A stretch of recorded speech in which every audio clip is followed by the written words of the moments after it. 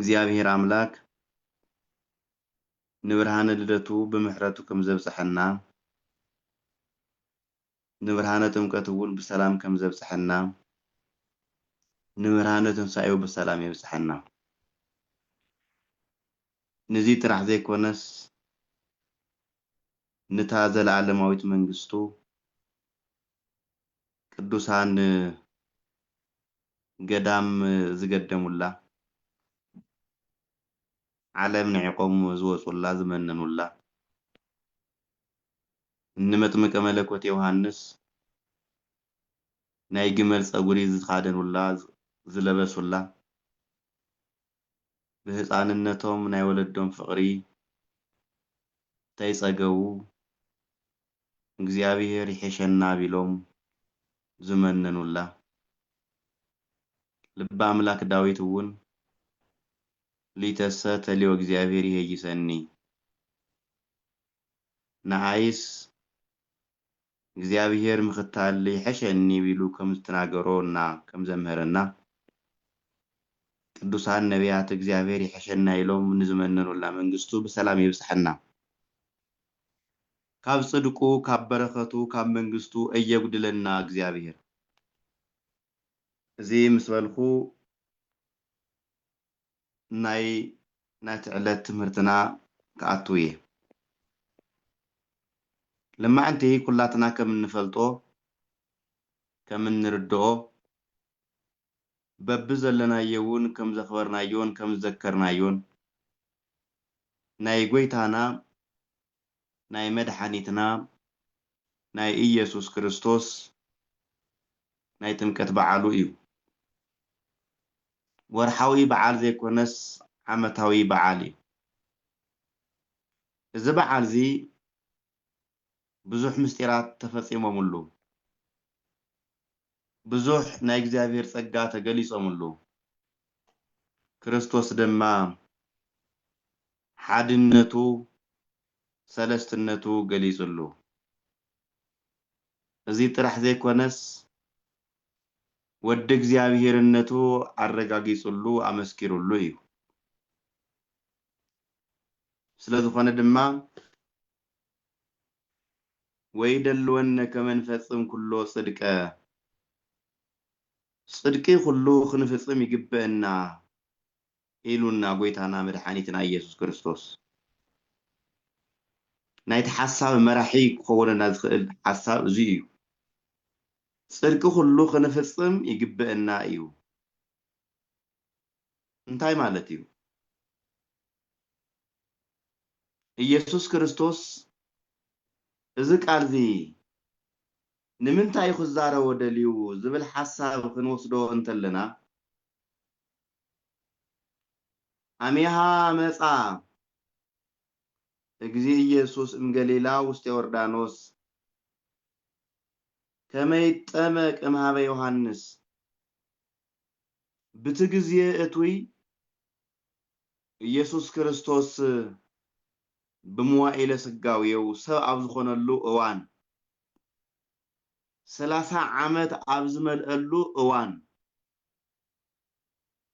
ካብ ሰማየ ሰማያት ወሪዱ ካብ ቅድስት ድንግል ማርያም ካብ ስጋአ ስጋ ካብ ነፍሳ ነፍሲ ወሲዱ ተዋሂዱ ኸማና ፍጹም ሰብ ፍጹም አምላክ ኮይኑ ኣብዚ ዓለም እዚ ኣብ ዝመጸሉ እዋን አሚሃ መጻ ጊዜ ኢየሱስ ሽዑ ኢየሱስ ክርስቶስ ካብ ገሊላ ናብ ዮርዳኖስ ኸይዱ ይብለና ኣሎ እንታይ ማለት እዩ ይስማዕ ደሎ يسمع له الو هو يسمع له اوكي طبق الشيء ካብ ገሊላ ተሲኡ ናብ ዮርዳኖስ ኸይዱ ንምዃኑ እግዚአብሔር አምላክ مخاد من صع نجزيابير جباديو جزيابير زي ولو سفراي يلن جزيابير زي ركولو سفراي يلن أكونو أدوية جبرا ذا كله زيو كله أدوية صريحة نوعيا يبلنا الله مصحف يبلنا الله እግዚአብሔር በመጽሐፍቱ ስለዚህ ከምዚ እንተኾነ ደኣ ኢየሱስ ክርስቶስ ካብ ስፍራ ናብ ስፍራ ኸይዱ ይብለና ኣሎ መጽሐፍ አምላክስያ ናብ መገልገሊኡ ተጓዒዙ ናብ ፍጡር ተጓዒዙ ፍጡር ናብ ፈጣሪ ኸይዱ ንጉስ ናብ ወታደሩ ወኸዓ ናብ ባሪያው ኸይዱ ኢየሱስ ክርስቶስ ናይ ሰማይን ናይ ምድርን ንጉስ እዩ ኩላትና ከም እንፈልጦን ከም እንምልኾን ኢየሱስ ክርስቶስ ናይ መላእክት ንጉስ እዩ መላእክቲ ኣብ ቁጽር ስፍር ዘይብሎም መላእክቲ ዝፈጠሮም እግዚአብሔር ወልድ ኢየሱስ ክርስቶስ እዩ እምቅድመይ ትረበባ ሰማያት ቅድም ምፍጣረን وأم قدمة السارر مدر جنة ون قدم مفتارة زنبرة اجزيابير بنايسب قومنا بنايسب ملكع تقليصون عبز عالم ذي مسيو كاف قليلا دما نابي يوردانوس خيدو مصحفتي كم زمهرونا نا كم زنقرونا ناهو نزينو ذا عملاكنا هيروتا نايا عملاقنا محرت شرنت صدقي برخت تحتنا نزارب علينا ويخعان مهار علينا ناي اكزيابير تحتنا خندينا الأكل تحتنا مخانو مرداء عدلائي يوحنس ناب كريستوس خيرنا تجبو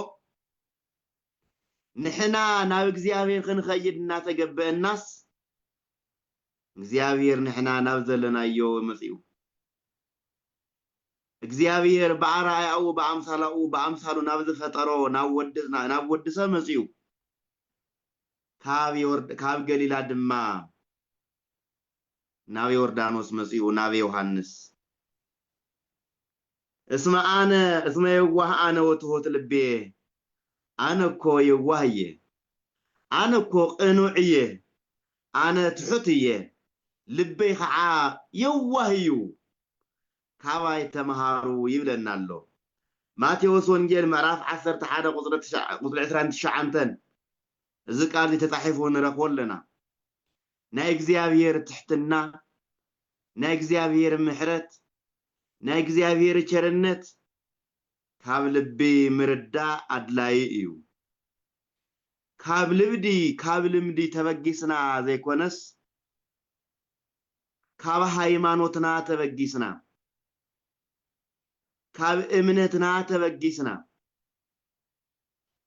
ካብ ክርስትናና ተበጊስና ናይ አምላኽና ናይ እግዚአብሔር ምሕረት ቸርነት ክንርድአሉ ክነስተውዕለሉ ይግባእ وتركوا عرفت لنفسكم لنفسكم عرفتي ترخويكم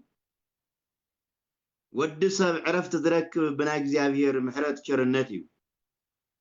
ودسب لبك عرف سلام كركب رحوا كركب ዝخللو منجدي مس እግዚአብሔር كراخب انتلو ايمو ካባይ ተማሃሩ ይውህናስ ካባይ ወሰዱ ትሕት الناس ካባይ ወሰዱ ይብለናሎ ናይቲ ውህና ንጉስ እግዚአብሔር ናይቲ ጽድቅ ንጉስ እግዚአብሔር ንድንግል ማርያም ወዳ ንእግዚአብሔር አብውን ወዱ ንመንፈስ ቅዱስ ወናይ ባህሪ ቃሉ እግዚአብሔር ወልድ እዚ ቃል ዚ ይነግረናሎ አይና እግዚአብሔር ምሕረት ቸርነት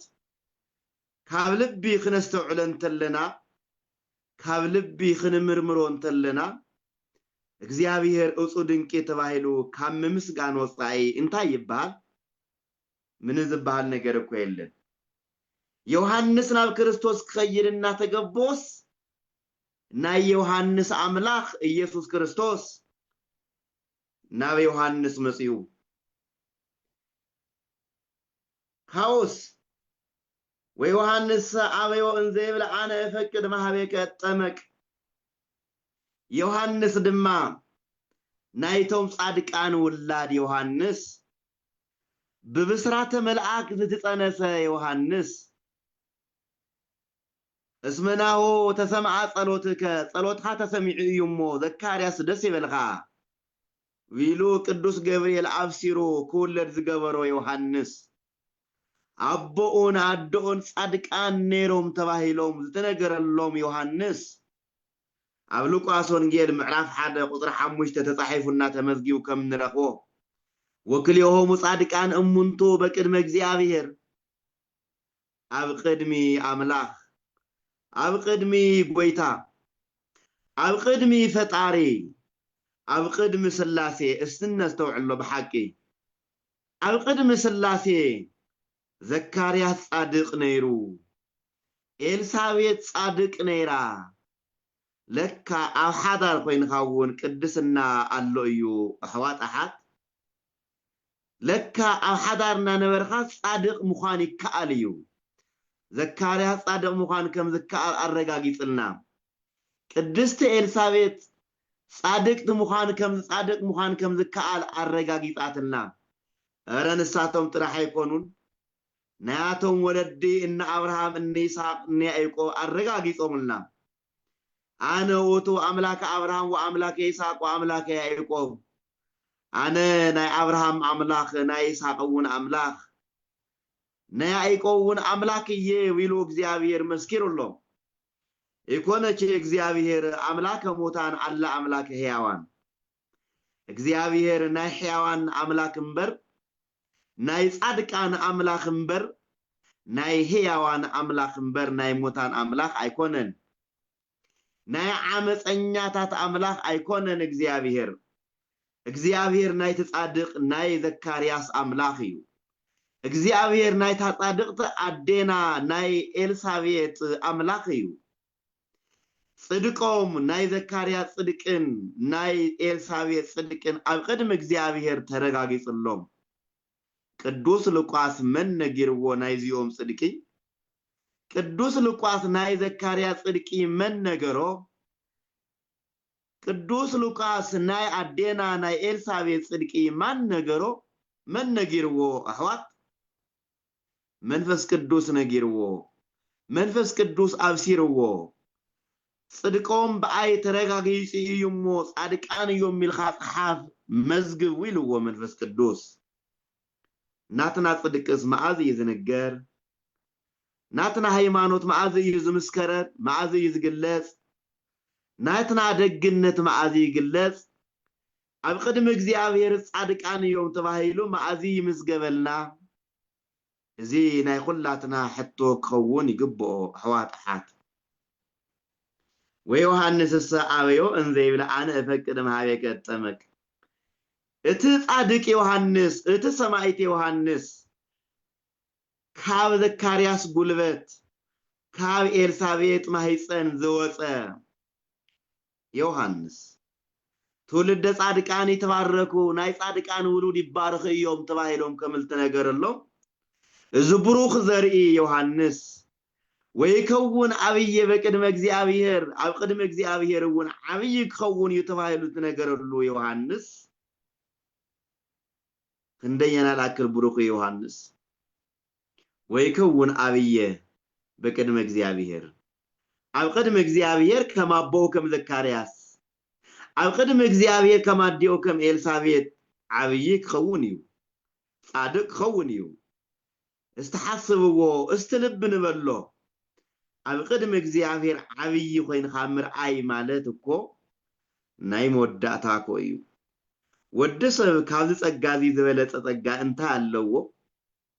ኣብ ቅድመ እግዚአብሔር አብይ ሰብ ኮይንኻ ካብ ምርኻብ ዝዓበየ ጸጋ ንወዲ ሰብ እንታይ ኣሎ የለን እኮ ወይመል መንፈስ ቅዱስ እምከርሰ እሙ ካባዲው ማህፀን ጀሚሩ መንፈስ ቅዱስ ክመልኦ እዩ ተባሂሉ ተነግሩሉ ሉቃስ ወንጌላዊ መዝግብሉ አምሂርና በወንጌሉ አምሂርና በምስጢሩ እንታይ ገዲድኩም አሕዋታትና ዘካርያስ በልዎ ኤልሳቤጥ ወዶም ዮሐንስ በመንፈስ ቅዱስ ተመሊኦም ዓድ ሁሉ በመንፈስ ቅዱስ ተባሪኹ ዘርኦም ሁሉ በመንፈስ ቅዱስ ተባሪኹ ሓዳሮም በመንፈስ ቅዱስ ተባሪኹ ናይ ዘካርያስ ናይ ኤልሳቤጥ ሓዳር ናይ ዘካርያስ ናይ ኤልሳቤጥ ህይወት በመንፈስ ቅዱስ ተባሪኹ ካብዚ ዝዓበየ ጸጋ ንወድ ሰብ እንታሎ ወዶም በመንፈስ ቅዱስ ተባሪኹ ናይ መንፈስ ቅዱስ ተኽሊ ኮይኑ ናይ ስላሴ ተኽሊ ኮይኑ ናይ ጸጋ ናይ በረኸት ተኽሊ ኮይኑ ካብዚ ዝዓበየ ጸጋ እንታሎ ንወድ ሰብ ንሱ ዮሐንስ ወዮሐንስ አበዮ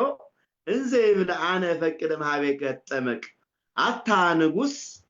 አታ አምላኽ አታ ፈጣሪ ሰማይን ምድርን ዝፈጠርካ አምላኽ አነ ካባኻ ክጥመቕ ዘለን እንበር ንስኻስ ካባኻ ክጥመቕ አይግበአካን እዩ ምኽንያቱ ንስኻ ንጉስ ኢኻ አነ ባርያ እየ አነ ናትካ ባርያ እየ ዘእይደሎኒ እፍታቶታና አሳእኒከ እምእገሪከ አነኮ ካብ እግርኻ በሐቂ ናይ ጫማኻ መሰሪክ ወክፈትሕ አይግበአንን እዩ ወይሉ ልትናገረ እግዚአብሔር ናይ መስዋዕት ቃል አፉ ኣብ ልሳኑ ዘቀመጠሉ መንፈስ ቅዱስ ዝወረደሉ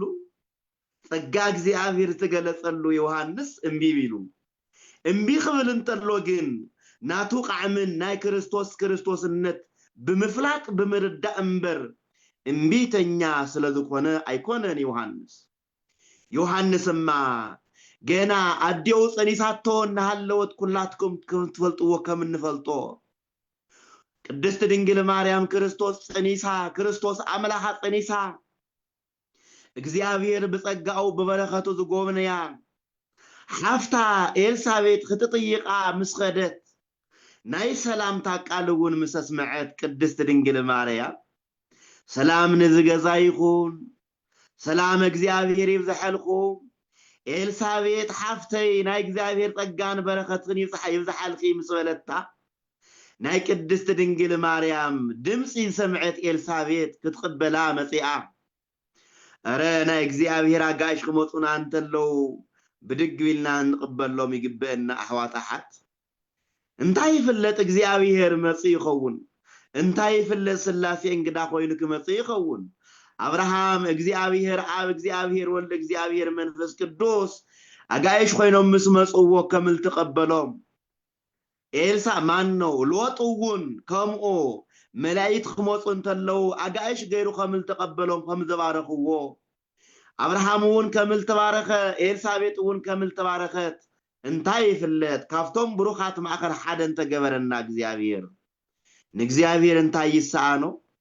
ንአምላኽና ንጎይተና እንታይ ይሳአኖ በሐቂ ዮሐንስ አባዲው ማህፀን እናሃለወ ናይ 6 ወርሒ ህፃን ጨቅላ ህፃን እናሃለወ ናይ ቅድስት ድንግል ማርያም ድምጽ ምስሰምዐ እንሆ ንአምላኹ ሰገደ ይብለና እጹ ድንቅ ይኮ ገና አካላት እኳ ተሰሪሖም ተሃኒጾም ተፈጢሮም ገና ብጽሓቶም ወይ ከዓ ዕብየቶም ኣብ ዘይወደሉ እዋን ዮሐንስ ንአምላኹ ሰገደ ቅድስት ኤልሳቤጥ መስኪራ ወናሁ ሰው ሰማይኩ ቃለች እንዘ ተአምህኒ ናይ ሰላምታኺ ድምጺ ናይ ንጽህና ቃልኺ ናይ ድንግልና ቃልኺ እቲ ቅዱስ ቃልኺ እቲ ብሩኽ ቃልኺ እቲ ንጹህ ቃልኺ ወይ ከዓ ልሳንኺ ድምጽኺ ምስሰማዕኹ አማሂ ጸነይ ዘሎ ናይ 6 ወርሒ ጨቅላ ህፃን ሰጊዱ እቲ ማሂ ጸነይ ዘሎ ውላደይ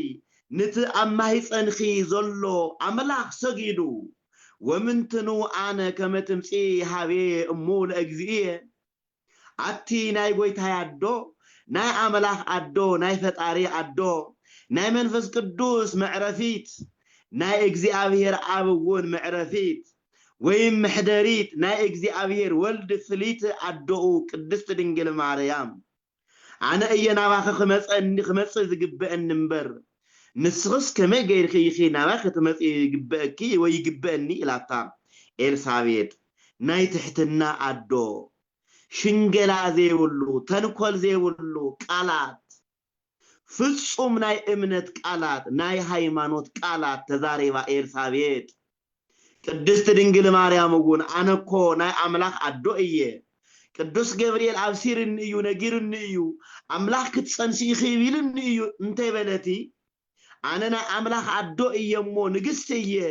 ስለዚህ ናይ ኤልሳቤጥ ክሰይድ አይግበእንን እዩ አይበለትን ቅድስት ድንግል ማርያም ይልቁንስ ኢየሱስ ክርስቶስ ኮታስ ኢየሱስ ክርስቶስ ተሸኪማ ናይ አምላክ አዶ ኮይና ናይ ስላሴ ምሕደሪት ኮይና ናይ አምላክ ቤተ መቅደስ ኮይና መጽአ ናብ ኤልሳቤጥ ሰላምታ ሄባታ አህዋታ ሓትና ትዕቢተ የድልየናን ትሕትና እዩ ዘድልየና ቅንዕና እዩ ዘድልየና በረኸት እዩ ዘድልየና ቃላትና ናይ እግዚአብሔር ቃላት ክኾኑ ይግብኦም ናይ ትሕትና ቃላት ክኾኑ ይግብኦም ናይ ሰላም ቃላት ክኾኑ ይግብኦም ቅድስት ድንግል ማርያም ከመል ተዛረበቶ አህዋትና ወለድና ቤተሰብና ክንጥይቆም ይግባእ እቶም እግዚአብሔር ዘኽበሮም እግዚአብሔር ዝቀደሶም ቤተሰብና ክንጥይቆም ይግባእ ምክንያቱ ቅድስት ድንግል ማርያም አምላክ አኽቢርዋን ሃለወ ቀዲስዋን ሃለወ ንሓፍታ ንኤልሳቤጥ ንቤተሰባ ንኤልሳቤጥ ንዘመዳ ንኤልሳቤጥ ክትጥይቃ ኸይዳ ኤልሳቤጥ ድማ ናይ ሰላምታ ድምፃ ሰሚዓ ወምንትኑ አነ ከመ ትምፂ ሃብየ አቲ ቅድስት ድንግል ማርያም አነ ናይ 9 ዓመት አድኽ እኳ እንተኾንኹ ንስግና 15 ዓመት ቆልዓ እኳ እንተኾንኺ ነገር ግን ጸጋና አፈላላይ አለው እዩ አነ ናይ ፍጡር አዶ እየ አነ ናይ ሰማይቲ አዶ እየ አነ ናይ መጥምቀ መለኮት አዶ እየ ንስኽ ግን ናይ አምላክ አዶ ኢኽሞ ናይ ፈጣሪ አዶ ኢኽሞ ናይ መለኮት አዶ ኢኽሞ ንስኺ ናባ ከተመጽ ከመይ ይግበአኒ ንምንታይ ኢላታ አይግበአንን እኮ ኢላታ ኤልሳቤጥ ቅድስት ድንግል ማርያም ገዛኦም ባሪኻቶ ቀዲሳቶ ዮሐንስ ወን ወዳ ሰጊዱ አብየት በረኸት አብየት ሃይማኖት አብየት ጸጋ አብየት ክብሪ አይና እግዚአብሔር ጸጋ አብ ቅዱሳን ክበዝሕ እንተሎ መንክር እግዚአብሔር በላይ ለቅዱሳን ይሁ እግዚአብሔር አብ ቅዱሳኑ ድንቅ ስራሕ ይሰርሕ ተባይሉ ከመል ተነገረሉ እግዚአብሔር አብ ቅድስት ድንግል ማርያም ሓዲሩ ድንቅ ስራሕ ሰሪሑ አብ ኤልሳቤጥ ሓዲሩ ድንቅ ስራሕ ሰሪሑ አብ ዮሐንስ ሓዲሩ ድንቅ ስራሕ ሰሪሑ እግዚአብሔር መንክር እግዚአብሔር በላይ ለቅዱሳን ይሁ እግዚአብሔር አብ ልዕል ቅዱሳን ድንቅ እዩ ተባይሉ ልጽውዕሉ ምክንያት እቲ ምስጢር ተሓደ ምስጢር እዚ እዩ ዮሐንስ ወን እንታይ ቢሉ ወአንተኑ ትመጽእ ሃብየ ካባዴው ልትምሃሮ ካብ መንፈስ ቅዱስ ልትምሃሮ ውላድና ነምህሮም ትሕትና ነምህሮም ሃይማኖት ነምህሮም ቅድስና ነምህሮም ፈሪሃ እግዚአብሔር ነምህሮም ሃይማኖት ወንጌል ነምህሮም ሰላም ነምህሮም ወምንትኑ አነ ከመ ትምጽእ ሃብየ አታ ጎይታ አታ አምላክ አታ መለኮት ሰማይን ምድር ዝፈጠርኻ አምላክ አነኮ ንስኻና ባይ ክትመጽእ አይግበአንን እዩ ኢልዎ ዮሐንስ አነ ካባኻ ክትጥመቕ ይዝግበአን እምበር ንስኻስ ካባ ክትጥመቕ አይግበአካን እዩ ምስ በሎ ወሲኹ ድማ ንስኻ ዶ ናባይ ክትመጽእ ይግበአካ እዩ አነ እየናባኻ ክመጽእ ዝግበአን እምበር ኢልዎ ዮሐንስ እዚ ጥራሕ ድማ አይኮነን አታ ጎይታ ንትኻሊእ ምእመን ንእስራኤላውያን ክቅደሱ ንዝመጹ ሓጢአቶም ይቅር ንዝበልኻዮም ከተጽድቆም ንዝደለኻ ክትምሕሮም ንዝደለኻ ሰባት አነ ብናይኻ ስም አጥምቆም ኣለኹ ብናይ አቦኻ ስም እውን አጥምቆም ኣለኹ እንደገና ድማ ብናይኻ ስም እባርኹም ኣለኹ ንስኻስ እንታይ ቢለ እየ ዘጥምቐካ ስመ አብ ብከ ናይ እግዚአብሔር አብ ስም በአኻ ህልው እዩ ወስመ ወልድ ለሊከ ወልደ እግዚአብሔር ተባይልኻ ልትጽዋዕና ልትምለኽዎ ንስኻ ኢኻ ወስመ መንፈስ ቅዱስ ህልው ውስቴትከ ናይ መንፈስ ቅዱስ ስም እውን አባኻ ህልው እዩ አብ ወልድ መንፈስ ቅዱስ ተባይልኻ ልትጽዋዕ አምላክ ንስኻ ኢኻ እሞ كما غير اي نعخا خطمقك كازخل انا اي كابا خطمق زغبن نمبر الو يوحنس اي يوحنس ادلنيا يخا يوحنس بروخ يخا يوحنس قدوس يخا يوحنس بركت خايف حنا قدسنا خا كلاتنا تحدر ناي املاك خا بركت ناي املاك خا طغاو كلاتنا ينبر انكاو انتاي لو يسوع كريستوس انت وتولو لبروك نايت بروك ناي እግዚአብሔር አውላዱ ንስኻይኻ ከሳቴ ብርሃን ተሳሃለን ብርሃን ናይ ዝገልጽ ብርሃን ዝትገልጽ ህይወት ዝትገልጽ ቅድስና ዝትህብ ናይት ብሩክ አቦኻ ወዲኻ ንስኻይኻሞ ተሳሃለን ይቅርበለና በከመ ሲመቶ ለመልከ ጼዴቅ ናይ መልከ ጼዴቅ አይነት ክህነት ተሾይምኻ ናይ ዘለዓለም ካይን ኮይንኻ መሓረና እናበልኻ አጥምቀኒ ኢልዎ ዮሐንስ እዚ ቃል ዲና ተናገረ ጸዊዑ አጥሚቅዎ እዚ ጥራሕ ግን አይኮነን ዋውሳ ግዜ ኢየሱስ ወይ ቤሎ ህድግ መረሰን እስመ ከመዝ ተድላለነ ወይ ደልወነ ከመንፈስን ኩሎ ጽድቀ ዮሐንስ አነ ንስኻን ጽድቅ ሁሉ ክንፍጽም ይግበአና እዩ እግዚአብሔር አበይውን ክምስክር ይግባው እዩ እግዚአብሔር መንፈስ ቅዱስውን ካብ ሰማይ ኮርድ ይግባው እዩ አነ ክጥመቅ ይግበአኒ ንስኻ ድማ ንዓይን ጎይታኻ ንዓይን ፈጣሪኻ ንዓይን መድኃኒትኻ ክታጥምቀኒ ይግበአካ እዩ አነውን ባኻ ክጥመቅ ይግበአኒ እዩ ንስኻ ንዓይ ክታጥምቀኒ እንተለኻ አነ ድማ ባኻ ክጥመቅ እንተለኹ አምላኩ ዘጥመቀ ዮሐንስ ተባሂሉ ክንገረልኻ እዩ አነ ድማ በፍጡር ዘተጠመቀ አምላክ ተባሂሉ ክንገረለ እዩ መጻሕፍቱን ክጽሐፉ እዮም ትውልዱን ክመሃርዩ ክመሃሩን እዩ ክምሕረውን እየ እስመ ከመዝ ተድላለነ ንዓኻ ክብርኻ እዩ ንዓኻ ተሐጓስኻ እዩ ንዓኻ ረሓዋኻ እዩ ሰላምኻ እዩ ንዓይውን ክብረ እዩ ንዓይውን ሞገሰ እዩ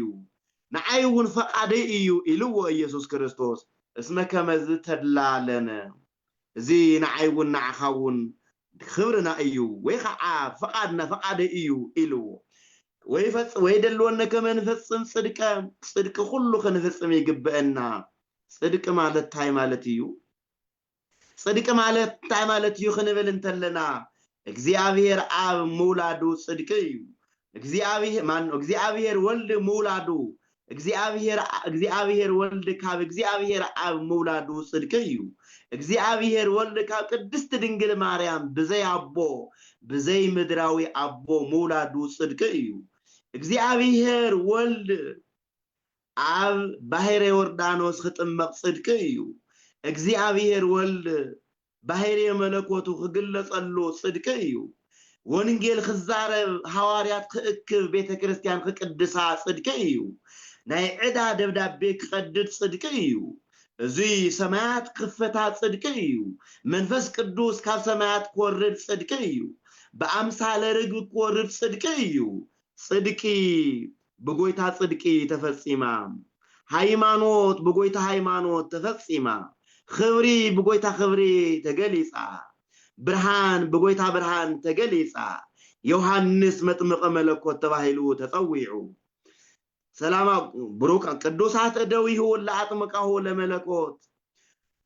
መለኮት ዘጥመቃ ናይ ዮሐንስ አዳው ቅዱሳት እየን ብሩኻት እየን ሰላማዊ ብእሲሁ እትሰብ ሰላማዊ እዩ ሰላማዊ ኢየሱስ ክርስቶስ አጥሚቁ እዩሞ ተባሂሉ ከምልት ነገረ እስመ ከመዚ ደልወነ ከመንፈጽም ኩሎ ጽድቅ ሁሉ ክንፍጽም ይግበአና ፍቅር ሁሉ ክንፍጽም ይግበአና አሕዋጣሓት ወልደ እግዚአብሔር ጽድቂ በጎይታ ጽድቂ እንተ ተፈጸመት ትሕትና በጎይታ ትሕትና እንተ ተፈጸመት እግዚአብሔር አምላክ እንተ ገበሮ ንሕናማ ክንደየና ለአክል ክንገብሮ ይግበአና አሕዋጣሓትና አረ ጽድቅ እንፈጽም አረ በፍቅር እንንበር በሃይማኖት እንንበር በሃይማኖት ክንነብር ይግበአና በትሕትና ክንነብር ይግበአና በአምላክና አምልኮ ክንነብር ይግበአና ቤተ መቅደስ ኸይድና ክነቀድስ ይግበአና ክንጽልይ ይግበአና አሕዋታሓት እግዚአብሔር አምላክ ዘምህርና ቃል እዚ እዩ እግዚአብሔር ጎይታ ጽድቅ ክንፍጽም እንተለና ደስ ይብሎ በፍቅር ክንነብር እንተለና ደስ ይብሎ ዝረሓበ ክነጉርሶ እንተለና ደስ ይብሎ ዝጸምአ ክነስትዮ እንተለና ደስ ይብሎ ዝዓረቀ ክንኸድኖ እንተለና ደስ ይብሎ ነንባዕልና በፍቅሪ ሰላም ክንባሃል እንተለና እግዚአብሔር ደስ ይብሎ استريو استنستوعلو استلب نبلو صدقس بغويتا صدقي تفصيما تحت الناس بغويتا تحت الناس تفصيما منغست እግዚአብሔር بغويتا منغست تفصيما እትጽድቅል ተባለኮ መንግስተ እግዚአብሔር ኮዩ መንግስተ ስላሴ ኮዩ መንግስተ ስላሴ ዘላለም ተባህሉ ዝጽዋዕ ዝምለኽ እግዚአብሔር ኮዩ ምእመናን አሕዋት አሓትና አቱም ብሩኻት አሕዋትና እግዚአብሔር ዘኽበረኩም እግዚአብሔር ዘኽበረክን እዚ ኮዩ ናትና ሃይማኖት እዚ ኮዩ ናይ ቅድስት ቤተ ክርስቲያን አስተምሮ ወይደሎነ ከመንፈጽም ኩሎ ጽድቀ ነቢያት ሁሉ ጽድቅ ፈጽሞም ሐዋርያት ሁሉ ጽድቅ ፈጽሞም ሊቃውንት ሁሉ ጽድቅ ፈጽሞም እነ አብርሃም እነ ይስሐቅ ጽድቅ ፈጽሞም ንሕናውን ውሉድ አብርሃም ክንኸውን ጽድቅ ንፈጽም ንሕናውን ውሉድ ነቢያት ክንኸውን ጽድቅ ንፈጽም ንሕናውን ውሉድ ዮሐንስ መጥምቀ መለኮት ክንኸውን ጽድቅ ንፈጽም እንታይ ውሉድ ነቢያት እንታይ ውሉድ ሐዋርያት እንታይ ውሉድ ሊቃውንት እንታይ ውሉድ ዮሐንስ ውሉድ እግዚአብሔር ክንኸውን ባሕዋት አሓትና ጽድቅ ንፈጽም ውሉድ እግዚአብሔር ክንኸውን ውሉድ ስላሴ ክንኸውን ውሉድ መንግስት ክንኸውን ውሉድ ብርሃን ክንኸውን ውሉድ ህይወት ክንኸውን ጽድቅ ንፈጽም እዚ እዩ ናይ ቤተ ክርስቲያን አስተምሮ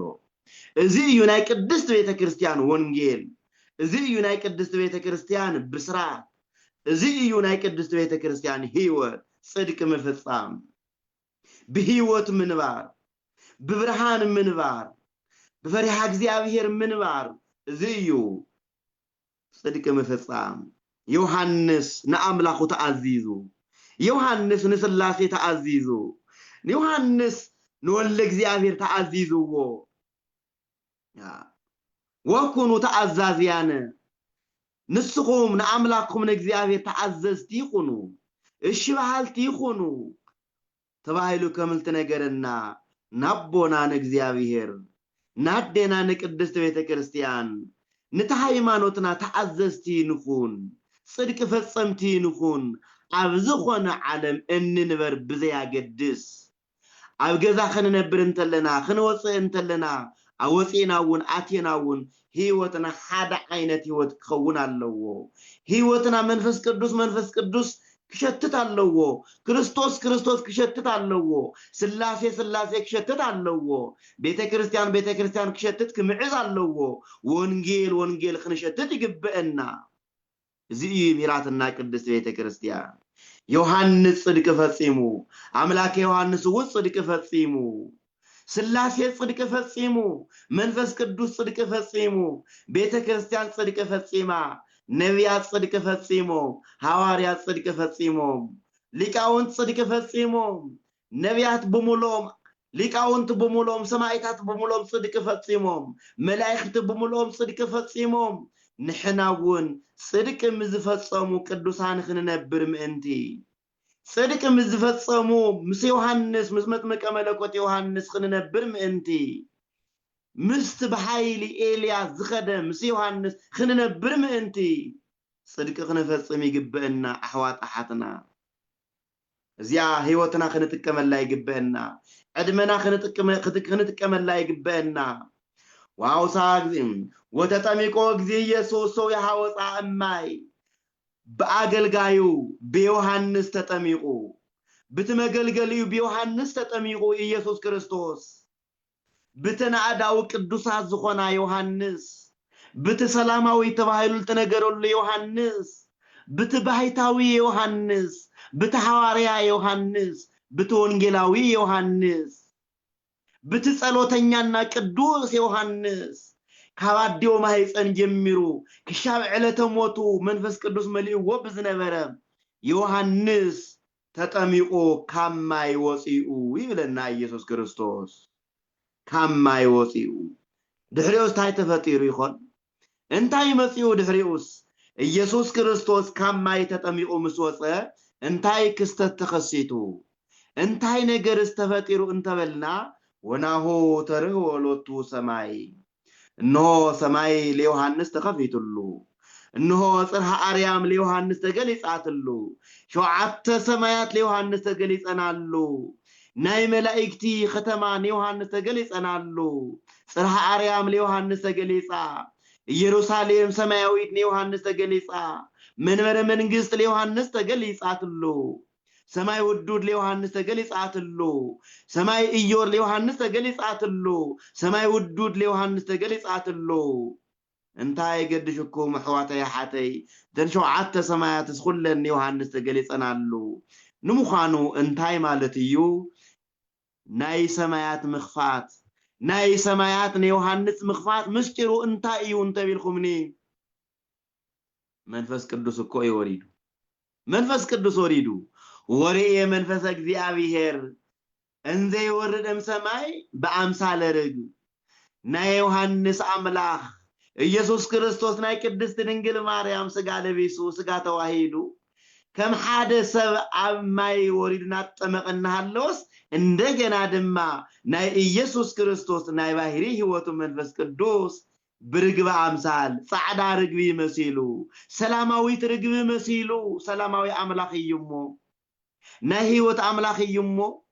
سلام ناي فقري ناي سلام ناي رحوا مغلصيت يامو يوحان منفس قدوس ناي سلام املاخ كمخانو متن كب سماي صعدا رغبي مسيلو وريدو اب يسوع كريستوس رسوون عارفو ازي من ريو مطمق ملكوت يوحنس ريو ازي يو ناي سماي مخفات ازي يو نسماي يوحنس انتغلصلو مستير سماي تخفيتلو خبال انتلو ناي سماي مستير ناي سماي صغا ناي سماي اسات ناي سماي ملكوت እግዚአብሔር መንፈስ ቅዱስ ለዮሐንስ ተገልጾሉ ازي يو ناي ቅዱሳን መወዳታ አህዋታ ሓትና ازي يو ناي ቤተ ክርስቲያን መወዳታ አቦአ እግዚአብሔር መንፈስ ቅዱስ ምርአይ ስላሴ ምርአይ አፍተ ማቴዎስ ወንጌል ምዕራፍ 5 ከምናነቦ ከምንረዶ ከምንመሃሮ ብፁዓን ንጹሃን ልብስ መሙንቱ ይሬዩ ወደ እግዚአብሔር ልቦም ንጹህ ዝኾነሎም ልቦም ቅዱስ ዝኾነሎም ኃጢአት ዘይብሎም ንጹሃን ንሳቶም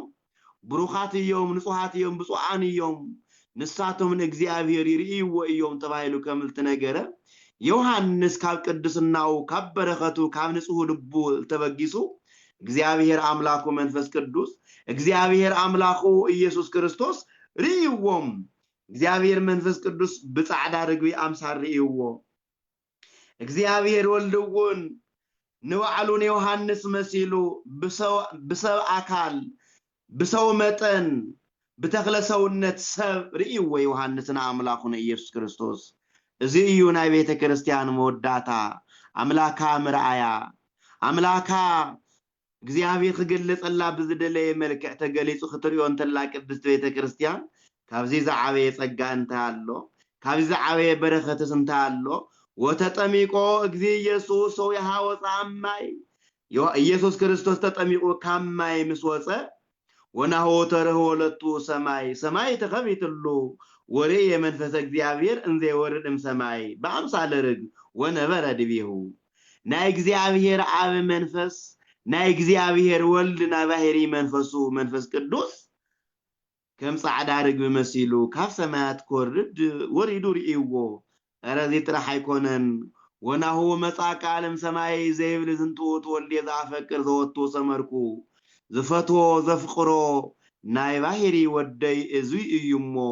ዝብለኩም ሁሉ ስምዑ ዝብል ናይ እግዚአብሔር አብ ምስክርነት ወን ካብ ሰማይ ሰማያት ሰሚዕና አህዋታ ሓትና ልብ በሉ ነስተውዕል ወይ ደልወነ ከመንፈጽም ኩሎ ጽድቅ ሁሉ ክንፈጽም ይግበአና አብዛሃሉና ነሃሉ አብዝ ነበርና ንንበር ጽድቅ ሁሉ ክንፈጽም ይግበአና አምላክና እግዚአብሔር ከይንርስዖ ጽድቅ ከይንርስዓ ቤተ ክርስቲያን ከይንርስዓ ሃይማኖትና ከይንርስ إذا عالم زي متالل يمو خيتاللنا حساو يمو كيحسونا متالل يمو كيعشونا معشو يمو كيعشونا نتنك أخوات أحد صدق كله خنفصم يقبلنا እግዚአብሔር መመስጋን ጽድቅ እዩ እግዚአብሔር መምላኽ ጽድቅ እዩ እግዚአብሔር ምእማን ጽድቅ እዩ ዝረሓበ ምብላዕ ጽድቅ እዩ ዝጠመየ ምብላዕ ምጉራት ጽድቅ እዩ ዝዓረቀ መልባስ ጽድቅ እዩ አማዓልኻ ማሓደርኻ መባል ጽድቅ እዩ ቤተሰብ ምጥያቅ ጽድቅ እዩ ከም ቅድስት ድንግል ማርያም ቤተ ክርስቲያን ምግስጋስ ጽድቅ እዩ ጾም ጸሎት ጽድቅ እዩ ትሕትና ጽድቅ እዩ በፍቅሪ በበረከት ምንባር ጽድቅ እዩሞ አምላክና ኢየሱስ ክርስቶስ ጽድቅ ከም ዝፈጸመ መጥምቀ መለኮት ዮሐንስ ወን ጽድቅ ከም ዝፈጸመ መጥምቀ መለኮት ተባሂሉን ከም ተጸውዐ አዳውን ቅዱሳት ተባሂሉ ከም ተጸውዐ መንፈስ ቅዱስ ካዋዲዮ ማህፀን ጀሚሩ መልእዎ እዩ ተባሂሉ ከም ተጸውዐ ንሕናውን መንፈስ ቅዱስ ዝሓደረና ጽድቅ ልፈጸምና ሰባት ተባሂሉ ክንገረልና በእግዚአብሔር ጻድቃን ክንኸውን በእግዚአብሔር ብሩኻት ክንኸውን ቅድሚ እግዚአብሔር ጽድቅ ክንፈጽም ይግበአና በጽድቅ ጎይታ ዝተፈጸመ ጽድቅ ክንፈጽም አንተለና ባዕላ ክትምስክረልና እያ ወለሊሃ ጽድቅኒ ኮነ ስም አለቱ ጽድቅውን ባዕላ ምስክር ኮይናቶ እያ ተባሂሉ ከም ንገረልና እግዚአብሔር አምላክና ክምስክረልና ጽድቅውን ክትምስክረልና ምእንቲ ናይ ጽድቅ ሰባት ክንኸውን ናይ ቅድስት ቤተ ክርስቲያን ናይ ሁሉ ጊዜ ጻውዒታ እዩ ዘምሄረና ቃሉ ዘስመዐና እግዚአብሔር አምላክና ክብርና ምስጋና ይብጽሐዮ ጽድቅ ሁሉ ክንፈጽም ይግበአና ወስብሐት ለእግዚአብሔር ወለወላዲቱ ድንግል ወለመስቀሉ ክቡር ለዓለም ዓለም አሜን ክብረት ያበልይ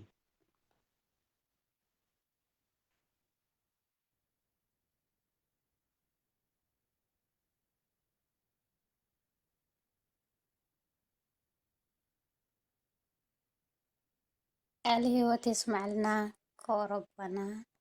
تور أملاك بعد ما بسجى حلونا عسولي كون عسول ممهرن يخبر لنا كوربنا አሜን ይስማልና